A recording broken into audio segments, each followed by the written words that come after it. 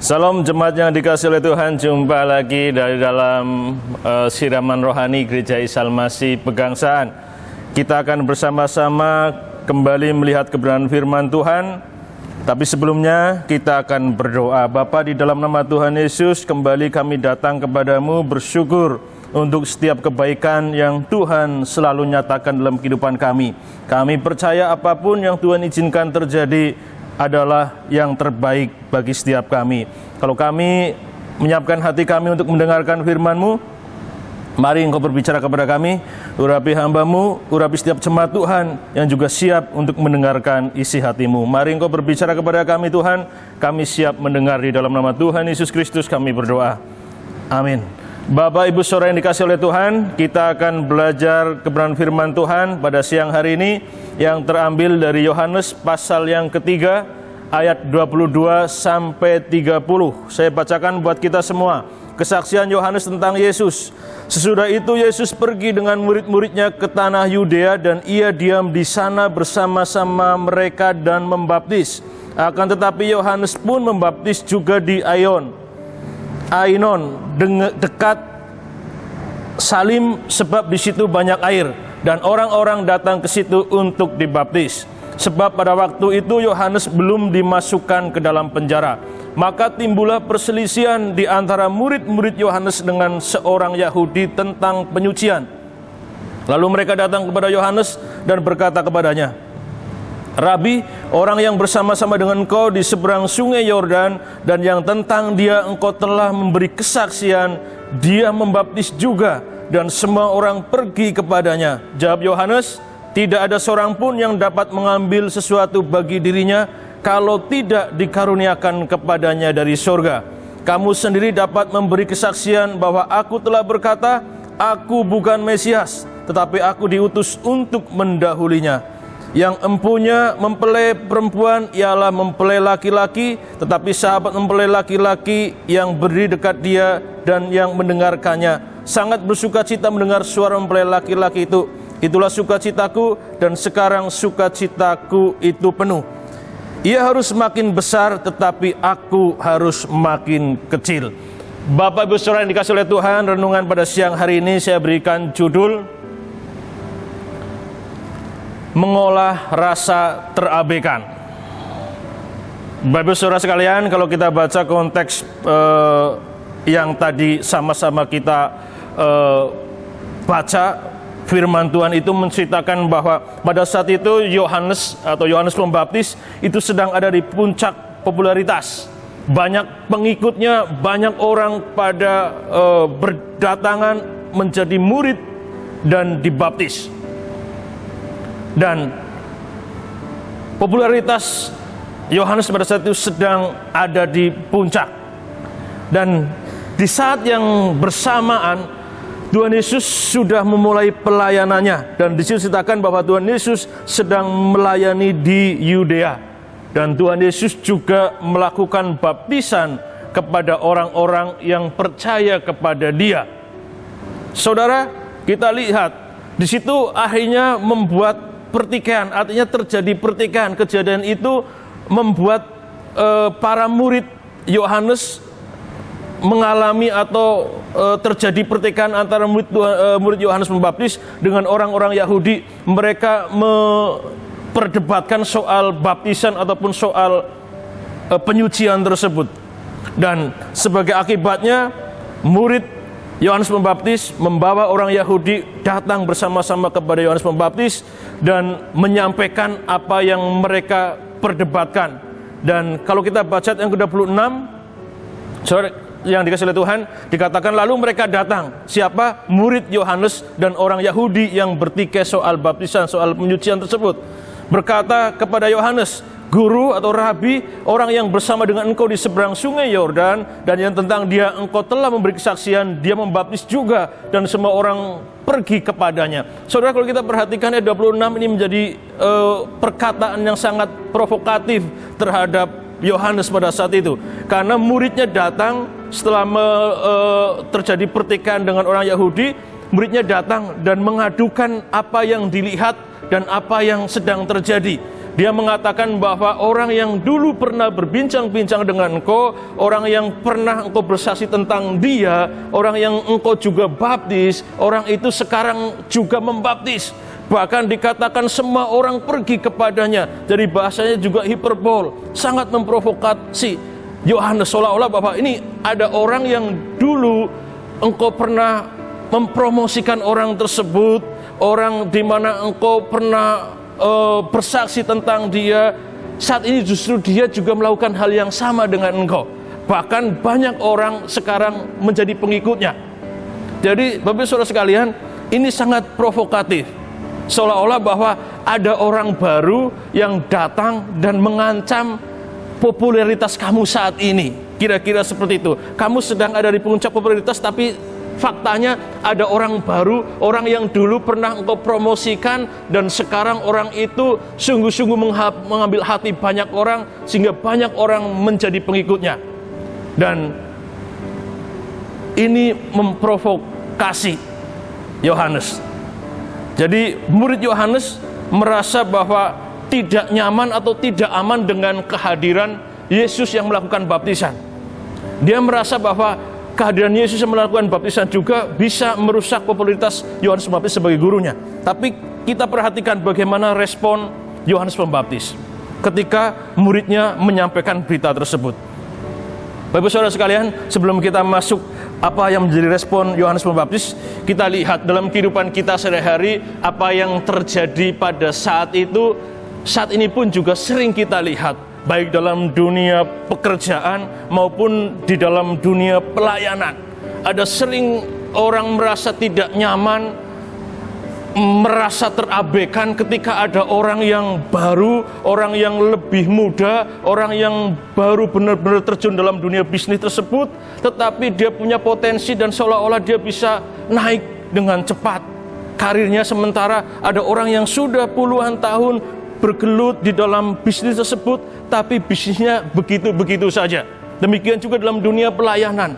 Ketika ada seorang pelayan yang masih baru lulus dari sekolah teologi, baru ambil bagian dalam pelayanan, tapi kok pelayanannya dipakai Tuhan luar biasa. Ada banyak jemaat Tuhan yang menyukai pelayanannya, sehingga banyak jemaat Tuhan juga menjadi pendukungnya, seolah-olah semuanya hatinya terpikat kepada orang tersebut, sehingga tidak sedikit akhirnya hamba-hamba Tuhan yang tanda kutip lebih senior pun merasa ini tidak bagus untuk kedepannya, karena ini menjadi persoalan.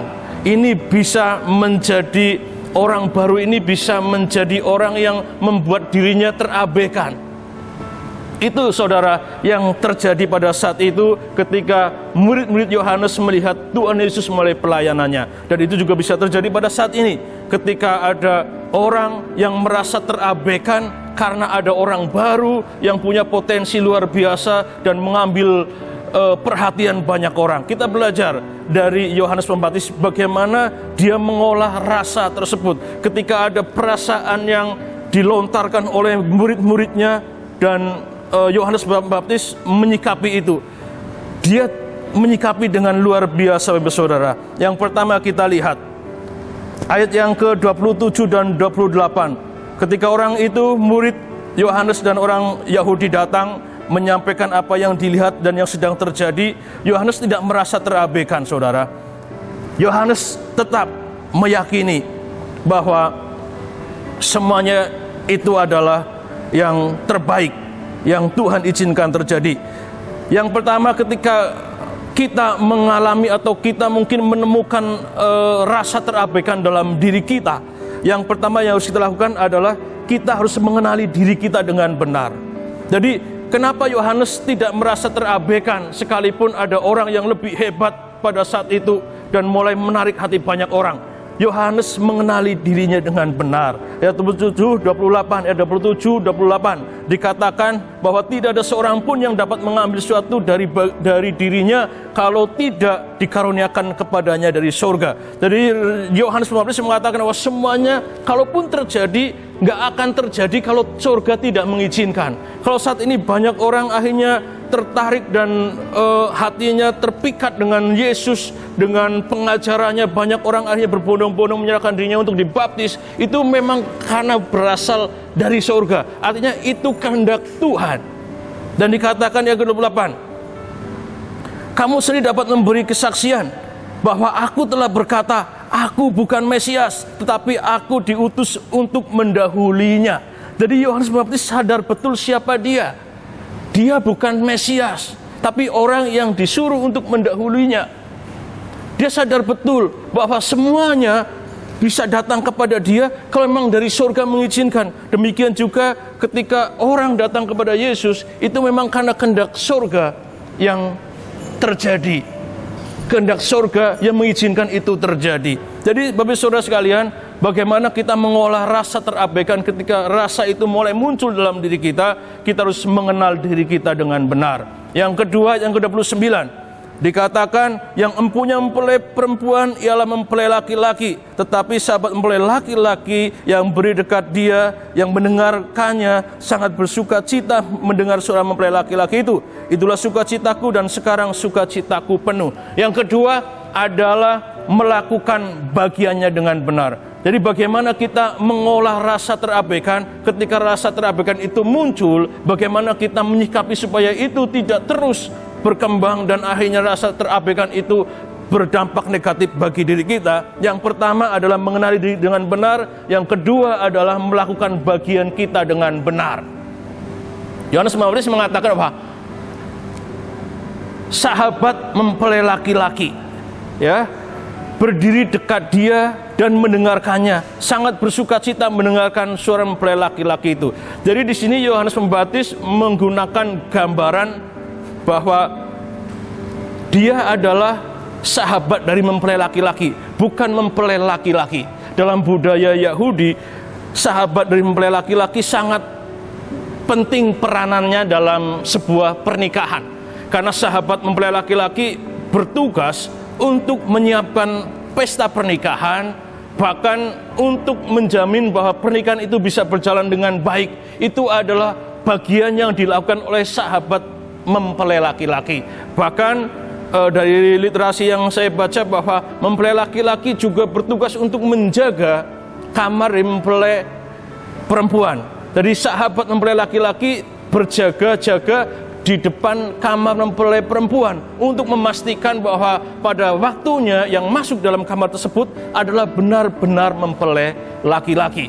Dan ketika itu terjadi, maka sudah selesai tugas. Dan kalaupun pesta itu hanya bisa berjalan dengan baik, itu semuanya untuk mempelai laki-laki, bukan untuk sahabatnya tersebut. Jadi bagaimana kita mengolah rasa terabaikan? Yang kedua, kita lakukan bagian kita saja. Bagian kita di mana itu yang harus kita lakukan. Bapak Saudara sekalian, dalam perjanjian lama atau perjanjian baru, Alkitab beberapa kali menggambarkan hubungan orang percaya dengan Yesus, dengan Tuhan Yesus seperti mempelai laki-laki dan mempelai perempuan. Kita sebagai hamba-hamba Tuhan, sebagai umat-umat Tuhan, sebagai sahabat-sahabat mempelai laki-laki, bagian kita adalah mempertemukan supaya mempelai laki-laki bisa bertemu dengan mempelai perempuan. Jadi tugas kita, bagian kita adalah supaya ada pertemuan antara mempelai laki-laki dan mempelai perempuan. Terjadi pertemuan antara Tuhan Yesus dengan orang-orang yang percaya dengan jemaat Tuhan. Itu tugas kita. Saudara, sahabat mempelai laki-laki yang jahat adalah sahabat mempelai laki-laki yang berusaha mengambil perhatian mempelai perempuan tersebut. Ya, jadi itu justru sahabat mempelai laki-laki yang jahat. Karena melakukan yang justru bukan bagiannya, mengambil yang justru bukan bagiannya. Jadi Bapak Saudara sekalian, bagaimana kita mengolah rasa terabaikan? Yang pertama adalah mengenali diri dengan benar, yang kedua adalah melakukan bagian kita dengan benar, dan yang ketiga Bapak Saudara sekalian, kita baca yang ke-30, dikatakan bahwa ia harus semakin besar tetapi aku harus semakin kecil. Yang ketiga, bagaimana kita mengolah rasa terabaikan. Ketika rasa terabaikan itu mulai muncul dalam diri kita, bagaimana kita mengolahnya, menyikapinya supaya itu tidak terus berkembang dan justru berdampak tidak baik terhadap pelayanan dalam kehidupan kita. Yang kedua, kita harus memiliki prinsip hidup yang benar. Dikatakan bahwa ia harus makin besar, tetapi aku harus makin kecil. Jadi Yohanes Pembaptis memiliki prinsip hidup yang benar, prinsip pelayanan yang benar, bahwa ketika dia datang untuk mendahului Mesias, ketika melayani, tujuannya adalah supaya Mesias, supaya Tuhan yang dilayani itu semakin besar, semakin dipermuliakan, sementara dirinya justru semakin kecil. Bapak Ibu Saudara sekalian, kalau kita perhatikan, paling tidak ada tiga golongan atau tiga kelompok dalam kehidupan kita sebagai manusia. Ada orang yang ketika menjalani hidup adalah fokusnya benar-benar kepada diri sendiri, sehingga semua energi menuju kepada dirinya sendiri. Yang kedua adalah orang yang seolah-olah energi itu pergi keluar, fokusnya seolah-olah bukan untuk dirinya, fokusnya seolah-olah untuk orang lain, tetapi ujung-ujungnya juga membelok kepada diri kita. Ada banyak orang yang sepertinya fokusnya bukan dirinya, fokusnya kepada Tuhan, fokusnya kepada pelayanan, fokusnya kepada orang lain, tapi ujung-ujungnya kepada dirinya sendiri. Ketika dia berbuat baik, ujungnya untuk kemuliaan dirinya sendiri. Ketika dia melayani, ujungnya untuk memuliakan dirinya sendiri. Yang ketiga adalah orang yang benar-benar fokusnya adalah kepada Tuhan. Apa yang dilakukan adalah untuk kemuliaan nama Tuhan. Apa yang dilakukan untuk membesarkan nama Tuhan. Pelayan dilakukan sungguh-sungguh hanya untuk Tuhan. Itu yang dilakukan oleh Yohanes Pembaptis. Dia mengatakan, ia harus makin besar. Siapa? Tuhan Mesias harus semakin besar, tetapi aku harus semakin kecil. Itu yang ketiga, Bapak Saudara. Jadi bagaimana kita mengolah rasa terabaikan? Yang pertama, kita harus mengenali diri kita dengan benar. Yang kedua, kita melakukan bagian kita dengan benar. Dan yang ketiga, kita harus memiliki prinsip hidup yang benar. Fokus hidup kita adalah Tuhan, bukan diri kita. Sehingga apa yang kita lakukan untuk Tuhan, Tuhan semakin besar dalam kehidupan kita, sementara ego kita semakin kecil. Tuhan Yesus memberkati kita semuanya. Kita berdoa. Bapa, di dalam nama Tuhan Yesus, terima kasih untuk siang hari ini. Engkau kembali berbicara kepada kami, menasihatkan kepada kami bagaimana kami harus menyikapi rasa terabaikan yang bisa saja muncul dalam kehidupan kami. Ketika kami melihat orang-orang di sekitar kami, seolah-olah mereka keadaannya lebih baik, mereka keadaannya lebih luar biasa dari kami. Dan terkadang rasa itu muncul dalam diri kami. Kami belajar dari Yohanes Pembaptis bagaimana menyikapi rasa itu, yaitu Yohanes Pembaptis mengenal dirinya dengan benar. Yohanes Pembaptis melakukan bagiannya dengan benar. Dan Yohanes Pembaptis memiliki prinsip hidup yang benar. Dan biarlah itu juga menjadi bagian kami. Itu menjadi bagian dalam kehidupan kami. Kami senantiasa mengenali diri kami dengan benar, siapa kami, dan melakukan apa bagian kami, melakukan apa yang harus kami lakukan dengan benar, apa tugas kami. Bahkan kami memiliki prinsip hidup yang benar, bahwa hidup kami untuk mempermuliakan nama Tuhan. Kami bersyukur Tuhan, Kau berkati setiap jemaat Tuhan, Kau berkati kami semuanya. Di dalam nama Tuhan Yesus Kristus kami berdoa. Amin.